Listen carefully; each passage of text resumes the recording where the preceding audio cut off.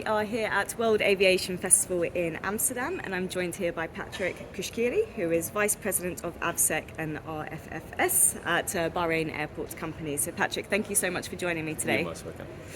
My first question for you are, what are the major issues affecting airports at the moment, particularly relating to security? Well, definitely it's the shortage of manpower. If we look, especially in Europe, post-pandemic, people left the industry or people were asked to leave temporarily or permanently. Now it's very difficult to get them back. So then this poses another question. Is aviation security looked into as only a cost? Are we looking into it as a profession? Are we giving it importance? Are the right people applying for the posts? Or is it just a tick in the box that we want a minimum number of staff, minimum costs, just ticking the box, security function, and that's it. So I would say it's the human element, especially in security. And what would you say about the attractiveness of security jobs at airports in general? It depends. Me being in security for more than 25 years, I say it's attractive. But it depends on the mindset. It depends on the mindset of the company, the mindset of the management. If from a management perspective, starting from up, going down, then it's only deemed as a cost and it's only deemed as a blue-collar work, then I would say the attractiveness goes down. If we have to look into aviation security per se as a function, as a profession, then I would say yes, people will look at it in a different perspective. But are we doing this? If you ask me, I would say no. Why? Because obviously airports are there to make money. Companies are there to make money. They try to reduce costs, but many times, unfortunately, just ticking the box, keeping the costs down is the name of the game. But Now I want to touch on your your fire side of your job. Okay. So what is your take on climate change and how this affects the risk of fire and also the effectiveness of foams used in firefighting? Is this something you're thinking about a lot? This is a big one, yeah. Well, definitely fossil fuels are not helping. No? Looking at climate change, many of the fires, let's forget only aviation, many of the fires are happening because of climate change. We see the rise in temperature since the 20s. RFFS and fire departments definitely need the foams.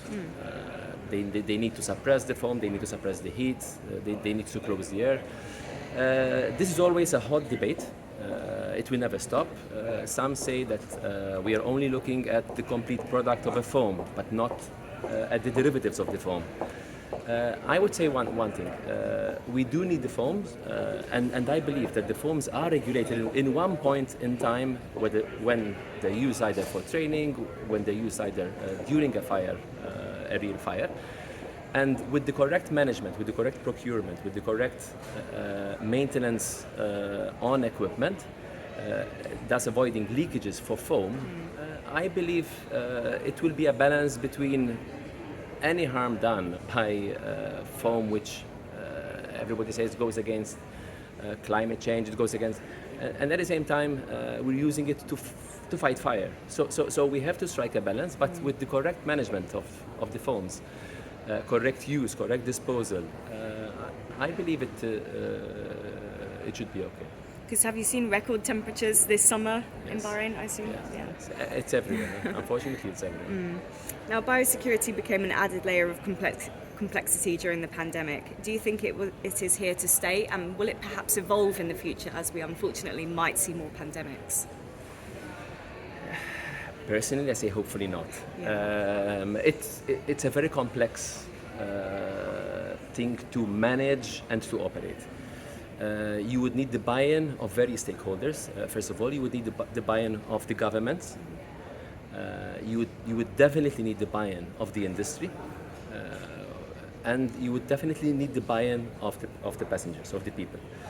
The government would need to have systems in place to monitor. Airports, air carriers would have to also introduce systems in place at the airport, on the aircraft, and also at the airport of departure. So, and the passenger, the person, the people, they would need to self-monitor their health. So with the three players, the government, the industry, and the passenger, together, it will work. But personally, I don't see it being put part of the layer, except as a contingency, in contingency plan, or business continuity plans. That yes. But as part of the process, I don't need it. At the same time, the industry has to reasonably ensure that we do not become the medium to share pandemics. So now it's this, then it might be another pandemic. We had SARS earlier. So we have learned the hard way, unfortunately. And some of it will be in the systems, but I wouldn't believe that, as per your question, it would be part of the process. Now, what trends are you seeing coming through with your passengers that may pose a security risk in the future? Moving away from the top 10 of what ICAO mentions, I believe that, and also probably moving away from aviation security, theft identity would be one of them. We don't give theft identity a lot of thought in aviation security because then it goes to immigration, but theft identity would be one of them. Another one would be insider threat. So persons having the information and access to documents, to areas, helping passengers do whatever they need to do. I believe these are the two main things for passengers at the moment. So picking up on the insider threat then, how do you specifically work to tackle that within your organisation? Well, you need to have various layers. For example, from an IT perspective, you need to have layers to protect data, to protect computers, to protect infrastructure. In areas, in airports, leading to departing aircraft especially, you would need systems to protect this. You need to monitor. The fact that you gave a person an airport security pass does not mean that this person can have access to anywhere without having operational need. Yeah. So, for example, why would I be near a KLM aircraft when I am a Lufthansa employee? So monitoring, and in my opinion, we should move away from the human element of monitoring. Today we have systems, what we're discussing this week, we have systems in place that can do the work for us more intelligently, more frequently, and in a timely manner. Now, what technology do you think will be disrupting the security space most in 2023, and will Bahrain be getting involved? Definitely, it's the contactless access, contactless operation. For example, a passenger checks in and everything is contactless from the check-in to the boarding of the aircraft. There are already systems in place. This would give in a seamless transition to passengers going through. It would also assist staff having better, easier job, so as to say. But definitely for the passenger it would be seamless. Is Bahrain embarking on this? At least I'm very lucky to work in a company where the leadership strives for innovation and creativity.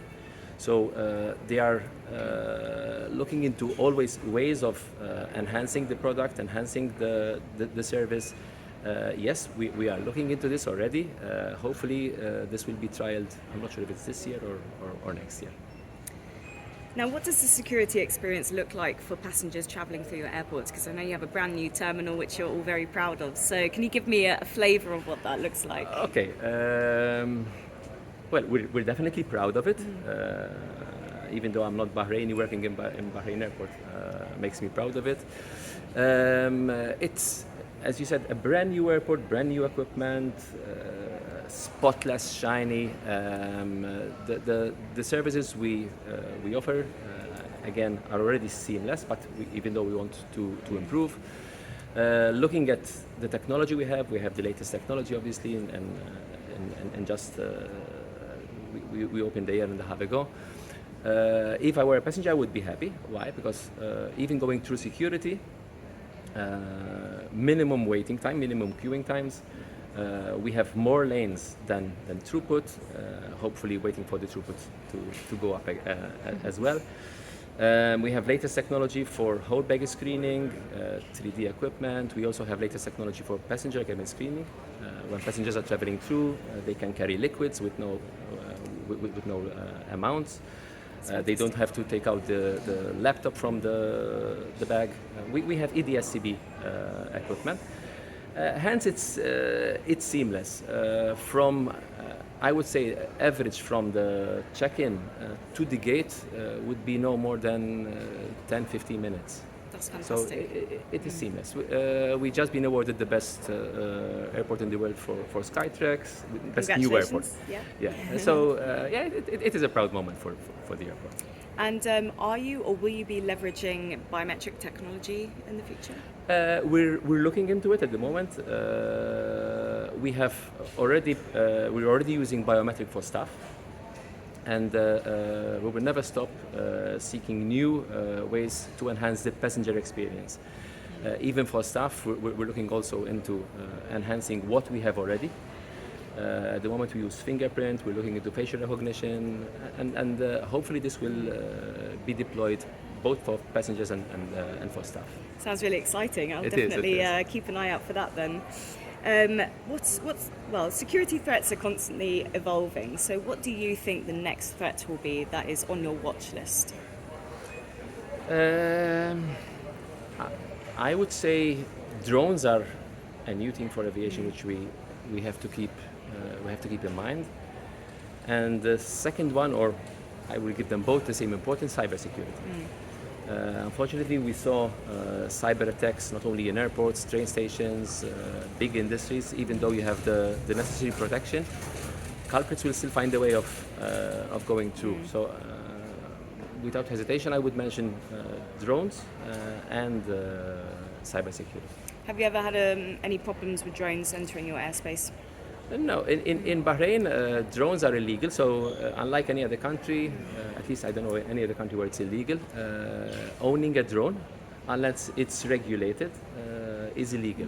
So drones are only used after registering with the authorities, and they're heavily monitored. Okay. So my final question for you, Patrick, is what's keeping you awake at night? I do sleep at night. Once you believe in what your team is doing, I'm very lucky to have two very good teams. I have a very good team in the fire department. I have a very good team in security. Both teams very young. I'm the oldest, so we keep this between us. But as long as you know and you believe that you're doing the correct thing, you sleep at night. We are lucky to have two proactive teams. We don't wait for something to happen and then we react. We are proactive. Then when something happens, you have to react. Having said this, I still have my concerns. One of my concerns would be that both from a security perspective and from a fire perspective, we're relying too much on equipment and technology.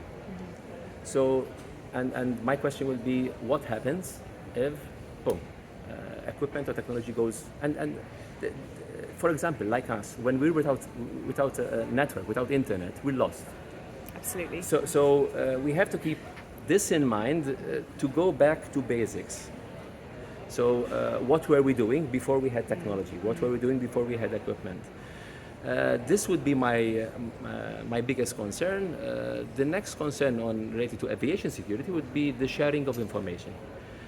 Is the industry sharing enough information with regards to attacks, cyber attacks, attempts? And I believe that although there's an ICAO requirement, and even within the European Union, that to share information, I believe that sharing of information is not as yet mature. So what happens in one airport can happen in the next airport in the next days, and it would help if such information is shared amongst the industry. So that would be your New Year's resolution then, to try and further this cause of sharing more information, Hopefully, yeah. collaboration. We do share information. I don't think it's enough. I don't think it's enough. It could be a culture thing. It could be an industry thing. To be honest, I cannot pinpoint one factor which determines lack of sharing. Information is shared, but I would believe that it should be more than what we're doing. Patrick, that was my final question. Thank you so much. It's a pleasure being here, and thanks for the invite.